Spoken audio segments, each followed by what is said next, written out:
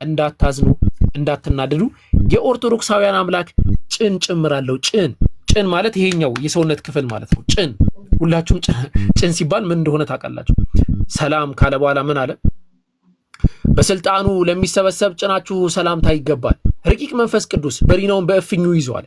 ስሉስ ቅዱስ ሆይ ልዕልናችሁን እናገር ዘንድ በጭኔ ላይ ለመቀመጥ የጸጋ ስጦታ ይላኳል። ጭራሽ በሰው ጭን ላይ ለመቀመጥ ስጦታ ይላኩ ብሎ ያስቀምጣል። ጭን አላቸው ብሎ ነው የሚያስቀምጠው።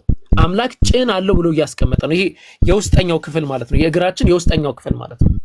ከዛ አሁንም ቀጠለ። በዚህ ብቻ ደግሞ ቢያበቃና በዚህ ብቻ እንትን ቢል እንደው በቃ ችግር የለውም ተሳስተው ነው ምናምን እንላለን። ይሄ ጥፍር ከርስ ምናምን ቅድም አሳይቷቸዋል። መልካቸውን ላስገኙ ኩላሊታችሁ ሰላምታ ይገባል አለ። ኩላሊት ያጀማ ኪድኒ ብለን የምንጠራው ማለት ነው። ለኩላሊታችሁ ሰላምታ ይገባላል። ምን ያደርግለታል አምላክ? ኩላሊት እኛ የምናውቀው ሜንቴን የሚያደርገው ሰውነታችን ላይ ሜንቴን የሚያደርገው ነገር ስላለ ነው። ውሃ የማጣራት ፕሮሰስ ስለሚሰራ ነው። ምን ያደርግላቸዋል ኩላሊት? ለነዚህ ሰዎች ለነዚህ አካላት ምንም ጥቅም የለውም። እንግዲህ እንደምናውቀው ግን ኩላሊት አላቸው ይላል። ማሳረጊያ ደግሞ ማድረገው አምላክ እምብርት ጨምራለሁ ማለት ነው። አዳም ያለው አይነት እምብርት አምላክ አለው። በላዩ ለሚያስቀምጥ እምብርታችሁ ሰላምታ ይገባላል። እምብርት አላህ ያሳያችሁ። እንግዲህ እምብርት አላቸው ብሎ አስቀምጧል። ይሄ አንድ መጽሐፍ ብቻ ነው። ገና እነዚህ መጽሐፍቶች ምንም አልተከፈቱም፣ ሁሉም ማለት ነው። አንዱ መጽሐፍ ብቻ ነው ከፍተን እያሳየን ያለው። በዚህ አንድ መጽሐፍ ላይ ግን የሁሉ ጉድ አለ ማለት ነው። አዝናለሁ። ኢብሮ መቀጠል ትችላለህ። ኢብሮ ቆይ፣ እሺ ኢብሮ ስማኝ ነው። አብራክ ታውቃላችሁ አንዴ? እሺ አዎ፣ አብራክ እስቲ ያሳየን። አብራክ ምንድን ነው? እንዳትቃሉ አብራክ አደራ። እሺ ተቻለ ያደማ ቃሉ እንዳትስሙ። ያው በውስጣችሁ አስቡት። አብላክ ማለት ያ ነገር ነው፣ የወንድ ያ ነገር ማለት ነው። ያ ነገር ወላሂ አላችሁ ቃል በቃ መጽሐፉ ይላል። ተመክቱ አብ ወልድ መንፈስ ቅዱስ የፍጥራን ሁሉ አብራክ ለፈጠረ አብራካችሁ ሰላምታ ይገባል ይላጣላችሁ እና ከዛ ይቀጥላል። ተመከቱ። ያው አትልቁ አታርጉ። እሺ ችግር የለም። ተመከቱ። አብ ወልድ መንፈስ ቅዱስ ሆይ የፍጥረታትን ሁሉ አብራክ ለሚያሰግድ አብራካችሁ ሙስሊም ምን ትረዳላችሁ መሰላችሁ? ሶስት አምላክ ነው ያለው። ሶስቱም አምላክ አብራክ አላቸው። አብራክ ማለት ያ የወንድ ልጅ ያ ነገር አላቸው። ያው በማስረጃ ሙስሊም ካለ መጽሐፍ ያወራል። ይሄን ነው የደበቋችሁ። ክርስቲያን በደንብ አዳም ይሄን ነው የደበቁ። አሁንም ገና እናሳያለን። እሺ ጀዛከላ ሂምሩ በጣም እኔ ደግሞ ዛሬ ፍትህ ላይ ነው ደግሞ እኔ ማነሳው ፍትህ ላይ ነው። አንድ 3-4 ጥቅሶች አነሳለሁ። ፍትህ ላይ ነው ማነሳው። እሺ ልብ አድርጉ። ያለው ኦሪት ዘሌዋውያን ላይ ነው። እንግዲህ ሰዎች አምላክ ጋር የአምላክ ጉባኤ የሚገቡት በምን እንደሆነ መስፈርቱን እግዚአብሔር ሊያስቀምጥልን ነው። እንግዲህ እግዚአብሔር ያኔ ተጸጽቶ አሁን አደረገ ምናምን እንዳትሉኝ አደራችሁ። ይሄንን መስፈርት መጀመሪያ እንዳታቀርቡልን። መስፈርቱ እግዚአብሔር ኦልሬዲ አቅርቧል። ያቀረበውን ነገር እንቀበላለን። ያን የሚሆን አሁን አምላክ አይሳሳትም ነው። ሰው ምን አለ? ኦሪት ዘሌዋውያን ምዕራፍ 21 ቁጥር 16 ላይ እግዚአብሔር ሙሴ እንዲህ ብሎ ተናግረዋል። በዛ ዘመን ብትሆኑ ምን ትላላችሁ? ለአሮን እንዲህ ብለህ ንገረው ከዘር በትውልዳቸው ነውር ያለበት ሁሉ የአምላኩን እንጀራ ያቀርብ ዘንድ አይቅረብ አለ። እነማ እውር እንዳትመጣ፣ እውር ከሆንክ እንዳትመጣ እግዚአብሔር ቤት። አንካሳ የምታነክስ ከሆንክ ምናምን እንዳትሄድ። አፍንጫ ደፍጣጣ፣ አፍንጫ ችግር ካለበት ጎራዳ ምናምን ከሆንክ ጭራሽ አፍሪካዊ ምናምን እንዳለ ፊሊፒንስ ቻይኒዝ ፒፕል ምናምን እንዳለ አይገባም። ልብ አድርጉ። ትርፍ አካል ያለው ይሄ ትርፍ አካል 6 ሰዓት 10 እጅ ምናምን ካለ ምናምን አትገባም። ወይም እግረ ሰባራ አጋጣሚ እኮ ነው እግረ ቢሰበር ምናምን አገባም እግዚአብሔር ጉባኤ። ከዛ እጀ ሰባራም ከሆነ በቃ የልብህን አይደለም የሚያዩ አካል ነው የሚታየው። ጎባጣ ጉብጠት ካለብህ ወይም ድንክ ይሄ እንግዲህ ፈልግ አይደለም አጭር ያረከው ራስን ቀጥቅጠ። አይነ መጭማጫ እንግዲህ ታውቃላችሁ እነ ቻይና ጃፓን እነዚህ ሁሉ አይገቡ።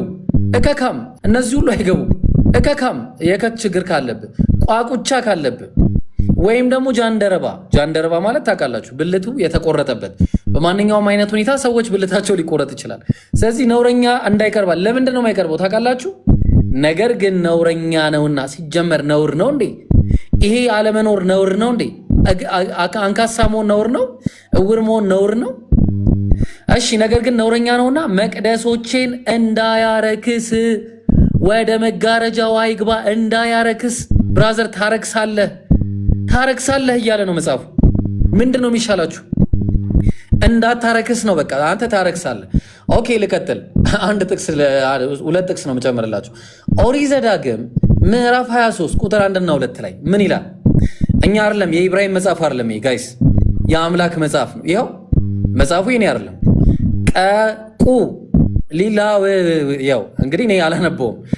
ይሄኛው የተቀጠቀጠ ብልቱም የተቆረጠ ወደ እግዚአብሔር ጉባኤ አይግባ አለ። ምንድን ነው ችግሩ ነው ማለት? ብልቱ መቆረጥና መቀጥቀጥ፣ ይሄ ነገር መቀጥቀጡ ምንድን ነው ከእግዚአብሔር ጋር የሚያገናኘው ነገር? ምንም የሚያገናኘው ነገር የለም። እንዴ ለምንድን ነው አይግባ የሚባለው ነው ጥያቄያችን። ፍትህ ነው ወይ? አይደለም። ዲቃላ ወደ እግዚአብሔር ጉባኤ አይግባ አለ። ምን አጠፋ ዲቃላው? ያጠፉት እኮ እናትና አባቶች ናቸው። ዲቃላው ምን አደረገ? እናትና አባቱን አልተባበረም፣ አንሶላ አላጋፈፋቸው። ምንድን ነው ጥፋቱ? ልጁ የተወለደው ምን አገባው እሱ? እስከ 10 ትውልድ ነው የማይገባው። ደግሞ እስከ 10 ትውልድ ድረስ ወደ እግዚአብሔር ጉባኤ አይግባለ። ዋይ ምን አረገ ይህ ሰውዬ? ይህ ልጅ ምን አረገ? እውነት አምላክ ፍትሃዊ ነው ወይ? በጣም ትልቅ ጥያቄ ነው ያለን። ስለዚህ እንግዲህ እኔ ጥያቄ በጣም ከባድ ነው። ይሄ አሁን እዚህ ጋር ያሉት ሰዎች የማይገቡበት ምክንያት አልተገለጸልንም።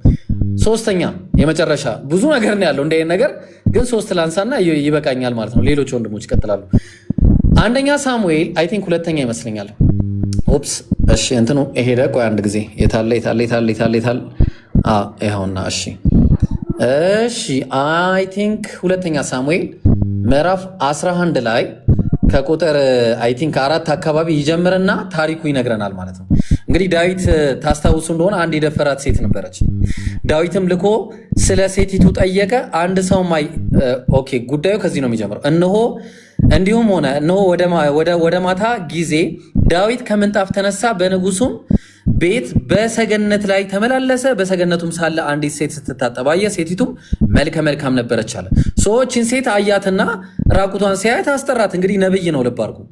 አስጠራት። አረቺ እኮ የኦሪዮ ሚስት ነች አሉት። ያው የኦሪዮ ሚስት ቤርሳቤ አይደለች? ምን ኧረ አይመለከተኝም። ዳዊት ጠርቶ አመጣት። ተኛ ከሷ ጋር ከርክሰቷም ነጽታ ስለነበረ ከሷ ጋር ተኛ። ሰው አስገደዳት። ሴቲቱም አረገዘች። አሁን ዳዊት እንግዲህ በቃ ባልየው ሲመጣ በቃ ምንድነው ያደረገው? ከአንዳንድ ማለት ነው ለባልየው ደብዳቤ ጽፎ በእጁ ሰጠው። በራሱ እጅ ማለት ከፍቶ እንዳይነግሮ። ከዛ በኋላ ለጀነራሉ አስላከ፣ እንዲገደል አደረገ ማለት ነው። ኔክስት ምዕራፍ ላይ ነው አሁን ትልቁ ቁም ነገር ያለው። ሁለት ወንጀል ሰርቷል ይሄ ሰውዬ ዳዊት። እንግዲህ ዳዊት ምን አደረገ? አንደኛ ሴቲቱን ደፍሯል ያለ ፍቃዷ። ሁለተኛ ደግሞ ምን አደረገ? ሰው ገሏል። እግዚአብሔር ምንድን ነው? አሁን ፍትህ ነው ጥያቄ፣ ፍትህ ነው። እንግዲህ እግዚአብሔር ምን አለ? ተመልከቱት ዳዊትን ሲለው እግዚአብሔር እንዲህ አለው፣ የጌታህንም ቤት ሰጠውህ፣ የጌታህንም ሚስቶች በብብትህ ጣልኩልህ አለው። ሚስቶች ማን የሰጠው? እግዚአብሔር። ያው እግዚአብሔር ሚስት ይሰጣል። የእስራኤልና የይሁዳን ቤት ሰጠው። ይህም አንሶ ቢሆን ኖሮ ከዚህ የበለጠ ጨምርልህ ነበር። ምን? ሚስት ጨምርልህ ነበረ። ከዛስ አሁንስ በፊቱ ክፉን ነገር ትሰራ ዘንድ የእግዚአብሔር ነገር ለምን አቃለልክ? ኬጢያዊ ኦርዮንም በሰይፍ መተህ ሚስቱን ለአንተ ሚስት ሆነ ዘንድ ወስደሃል፣ እሱንም በአሞን ልጆች ሰይፍ ገለሃል አለው። ስለዚህ አቃለኛልና ኬጢያዊውንም የኦርዮ ሚስት ለአንተ ሚስት ሆነ ዘንድ ወስደሃልና ለዘላለም ከቤት ሰይፋት አይቀርም አለው። እግዚአብሔር እንዲህ ይላል። እንግዲህ ፍትህ ሊሰጠን ነው። እንግዲህ ያጠፉት ሴቶቹ ሳይሆኑ ዳዊት ነው ያጠፋው። አሁን ዳዊት ሊቀጣ ልናይ ነው። እንግዲህ ልብ አድርጉ። እግዚአብሔር እንዲህ ይላል አለ፣ እነሆ ከቤት ክፉ ነገር አስነሳለሁ፣ ሚስቶችህንም በዓይን ፊት እወስዳለሁ። እሺ ወስዶስ ምን ሊያደርጋቸው? ለዘመድ እሰጣቸዋለሁ አለው። ከዛስ በዚህችም ፀሐይ ዓይን ፊት ከሚስቶችህ ጋር ይተኛል። ዋት አንዴ እግዚአብሔር ያስደፍራቸዋል። ምንድን ነው ያጠፉት? እንዳውም ምን አለው እግዚአብሔር? አንተ ይህን በስውር አድርገኸዋል፣ እኔ ግን ይህን በእስራኤል ሁሉ ፊትና በፀሐይ ፊት አደርገዋለሁ አለ። ሱብሃነላህ። እኛ እንደዚህ አይነት አምላክ አናውቅም። በቀለኛ ያላጠፋን የሚቀጣ አምላክ አናውቅም። አላህ ምን ብሏል ቁርአን ላይ? ወላ ተዚሩ ዋዚረቱን ዊዝረ ኡኽራ፣ አንደኛዋ ነፍስ ያላጠፋች ስትሆን የሌላኛዋን ነፍስ ወንጀል አትሸከምም። ተግባባን? ሰው እነዚህ በምን ጥፋታቸው ነው ሴቶቹ ባላቸው ማግጦባቸው እንዲሁ ራሱ ተበድለዋል፣ በደል አለባቸው። ይሄ በደላቸው ሳያንስ እግዚአብሔር ደግሞ አደባባይ ላይ ወስዶ አስደፈራቸው። ይሄ ነው አምላክ፣ ፍትሃዊ አምላክ። ራሳችሁን መርምሩ ክርስቲያኖች፣ መጽሐፋችሁን አንብቡ። ስለዚህ አመሰግናለሁ። ጊዜውን አልውሰድ፣ ይበቃኛል። ጀዛከላሁ ኸይረል ጀዛ። ያ ጀማዓ አሁን ኢብራሂም ያሳየን ነገር ምንድን ነው? አምላክ ሴቶችን ህዝብ ፊት አስደፍር ነበር። መጽሐፈ ሳሙኤል ላይ የእግዚአብሔር ቃል ላይ ነው ያለው። አምላክ ፍትሄን አያደርግም እንዴ? ፍትሄን የሚባል ነገር አያውቅም? ባላቸው ዝሙት ሰርቶባቸው ባላችሁ ዝሙት ሰርቷል ብሎ ምንም በማያውቁት ነገር እግዚአብሔር አሰልፎ አስደፈራቸው። this is not fair። ይሄ ፌር አይደለም፣ ያዙልኝ። ሁለተኛ ደግሞ ይዘው ተያይዞ መሰለኝ ማሳያችሁ መጽሐፍ ቅዱስ እግዚአብሔር ስለምን እንደሚናገረው ምሳሌ አምላካችን ቁርአን ላይ ስለ ጀነት፣ ስለ ጀሃነም፣ ስለ እርሱ፣ ስለ ትምህርት፣ ስለ ህግ ይናገራል አይደለ? እግዚአብሔር መጽሐፍ ቅዱስ ላይ ምን ይናገራል? ተመልከቱ የሚናገረው። ዝም ብዬ ልክፈተው ለዚያ ዝም ብዬ ልክፈተው። ተመልከቱ ስለምን እንደሚያወራ መጽሐፍ ቅዱስ። ይሄን አላነበውም። አይ ቲንክ ማንበብም አለብኝ መሰለኝ፣ ግን ይከብዳል። ክርስቲያን ወገን ይከብደኛል ለማንበብ፣ ግን መጽሐፍን ላስተምር እፈልጋለሁ። ይቅርታ ታደርግልኛለህ? የእግዚአብሔር ቃል የማነበው እንዳይደብርህ እሺ። መጽሐፍ ቅዱስ ያው ምን ይላል?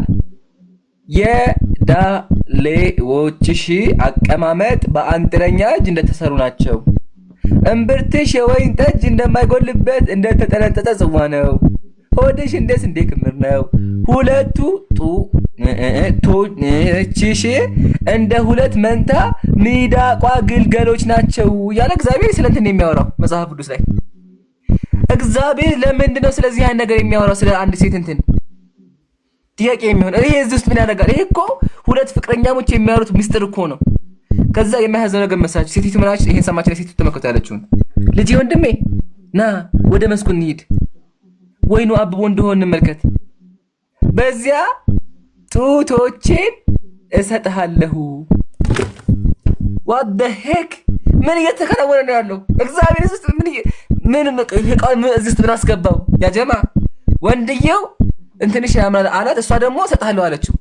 ከዛ ተመከቱ በዚህ እንኳን ተቆም በዛ ተቆም። ቀጥላ ማያሽ ተመከቱ። ቀጥላ ምን አለች? እኔ ቅጥር ነኝ እንደ ግንብ ናቸው ትላለች። ምን ማለት ነው? እግዚአብሔር ምንድነው እዚህ ጋር ይሄ የሚያወራው?